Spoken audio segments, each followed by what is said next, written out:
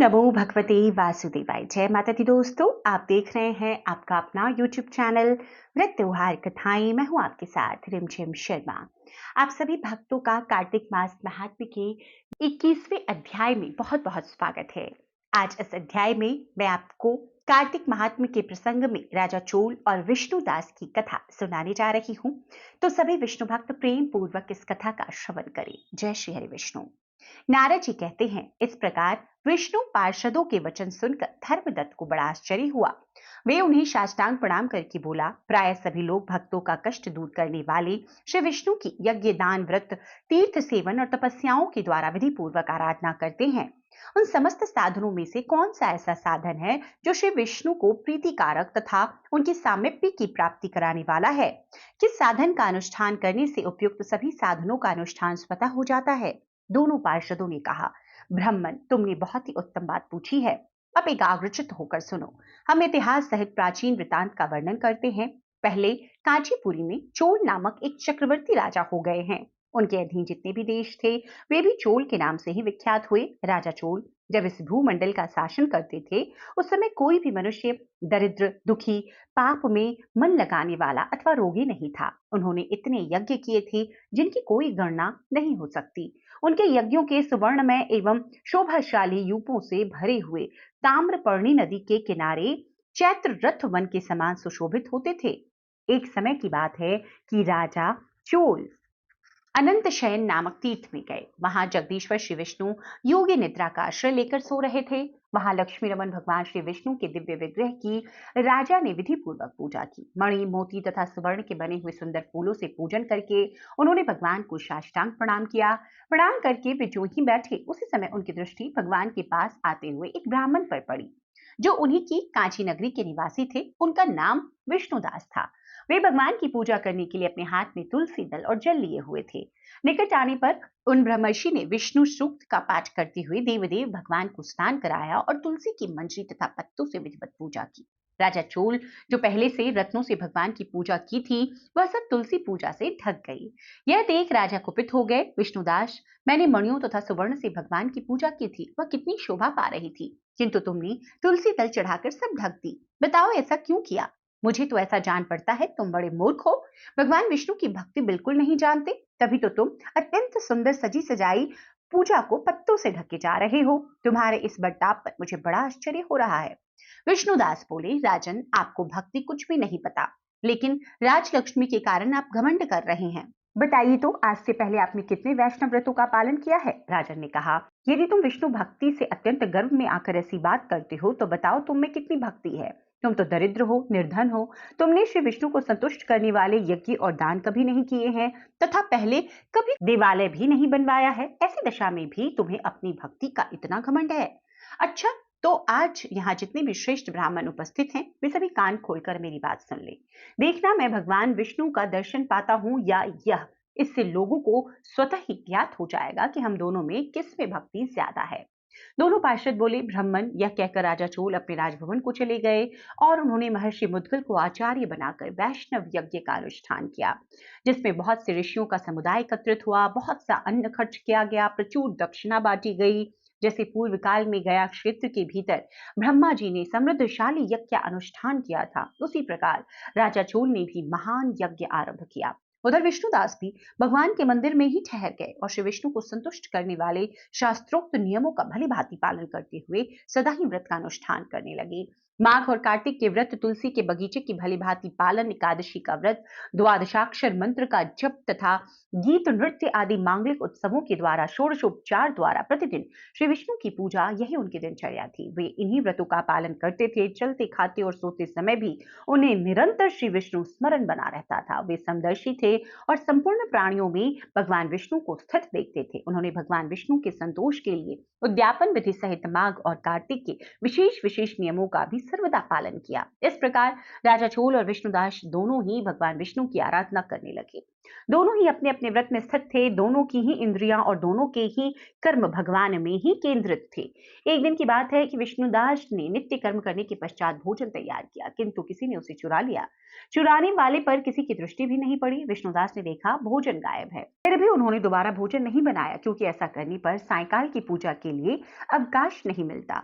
अतः प्रतिदिन के नियम भंग हो जाने के भय से दूसरे दिन भी समय पर भोजन बनाकर वे ज्यों ही भगवान विष्णु को भोग लगाने के लिए गए, त्यों ही कोई आकर फिर सारा भोजन हड़प ले गया। इस प्रकार लगातार 7 दिनों तक कोई आकर उनके भोजन का अपहरण करता रहा। इससे विष्णुदास को बड़ा विस्मय हुआ। वे मन ही मन इस प्रकार विचार करने लगे कि अहो, यह कौन प्रतिदिन आकर मेरी रसोई चुरा कर ले जाता है। मैं क्षेत्र संन्यास ले चुका हूं, अतः अब किसी भी तरह इस स्थान का परित्याग नहीं कर सकता। यदि दोबारा भोजन बनाकर भोजन करूं तो सायंकाल की पूजा कैसे छोड़ दूं। कोई सा भी पाक बनाकर मैं तुरंत भोजन तो करूंगा ही नहीं, क्योंकि तब तक सारी सामग्री भगवान विष्णु को निवेदन ना कर लूं, तब तक मैं भोजन नहीं करता। प्रतिदिन उपवास करने से मैं इस व्रत की साप्ताहिक तक जीवित कैसे रह सकता।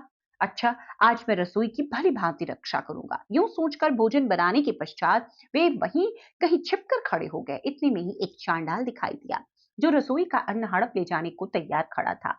भूख के मारे उसका सारा शरीर दुर्बल हो रहा था, मुख पर दीनता छा रही थी, शरीर में हाड़ और चाम के सिवा और कुछ शेष नहीं बचा था। उसे देखकर श्रेष्ठ ब्राह्मण विष्णुदास का हृदय करुणा से व्यथित हो उठा। उन्होंने भोजन लेकर जाते हुए चांडाल पर दृष्टि डाली और कहा, भैया जरा ठहरो, ठहरो, क्यों रूखा सूखा खाओगे, यह घी तो ले लो। इस प्रकार बोलते हुए विप्रवर विष्णुदास को आते देख चांडाल बड़े वेग से भागा और भय से मूर्छित होकर गिर पड़ा। चांडाल को भयभीत और मूर्छित देख द्विश्रेष्ठ विष्णुदास वेग के साथ चलकर उसके पास पहुंचे और करुणावश अपने वस्त्र के किनारे से उसको हवा करने लगे। तदंतर जब वह उठकर खड़ा हुआ तो विष्णुदास ने देखा वह चांडाल नहीं है, साक्षात भगवान नारायण ही शंख चक्र और गदा धारण किए सामने विराजमान है।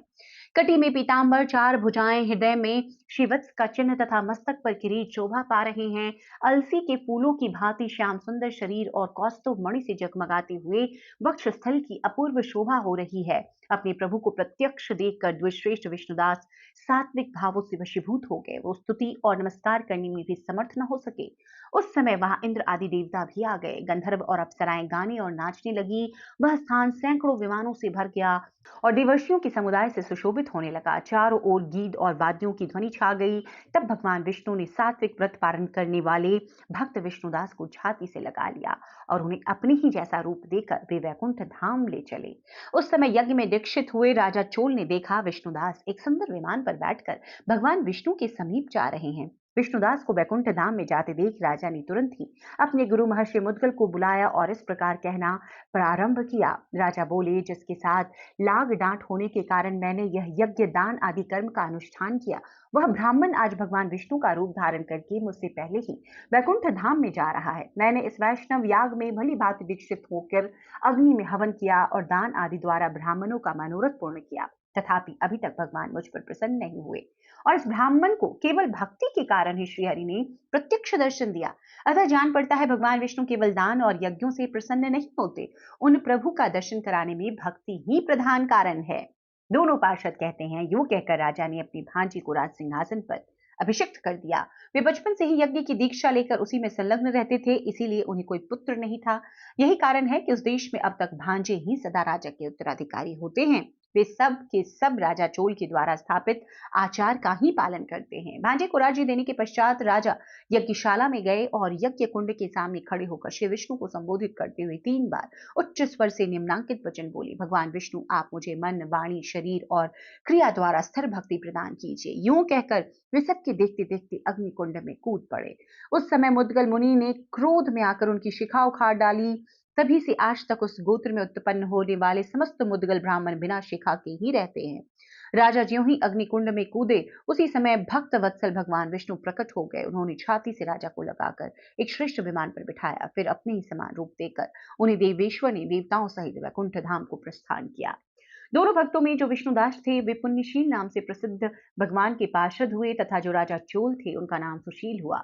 हम वे ही दोनों हैं। लक्ष्मी जी के प्रियतम श्रीहरि ने हमें अपने समान रूप देकर अपना द्वारपाल बना लिया है। इसीलिए धर्मज्ञ ब्राह्मण, तुम भी सदा भगवान विष्णु के व्रत में स्थिर रहो। मात्सर्य और दंभ का परित्याग करके सर्वत्र सम्मान दृष्टि रखो। तुला, मकर और मेष की संक्रांति में सदा प्रातः स्नान किया करो। एकादशी के व्रत में लगे रहो और तुलसी वन की रक्षा करते रहो। ब्राह्मणों, गौओं तथा वैष्णवों की सदा सेवा करो। मसूर, कांजी और बैंगन खाना छोड़ दो। धर्मदत्त, ऐसा करने से तुम भी शरीर का अंत होने पर श्री विष्णु के परम पद को प्राप्त करोगे। जैसे हम लोगों ने भगवान की भक्ति से ही उन्हें पाया है, उसी प्रकार तुम भी उन्हें प्राप्त कर लोगे। तुमने जन्म से लेकर अब तक जो श्री विष्णु को संतुष्ट करने वाले यह व्रत किया है, इससे यज्ञ, दान और तीर्थ भी बड़े नहीं है। विप्रवर, तुम धन्य हो, क्योंकि तुमने जगत गुरु भगवान श्री विष्णु को प्रसन्न करने वाले इस व्रत का अनुष्ठान किया है, जिसके एक भाग का पुण्य पाकर ही प्रेत योनि में पड़ी हुई कलह मुक्त हो गई।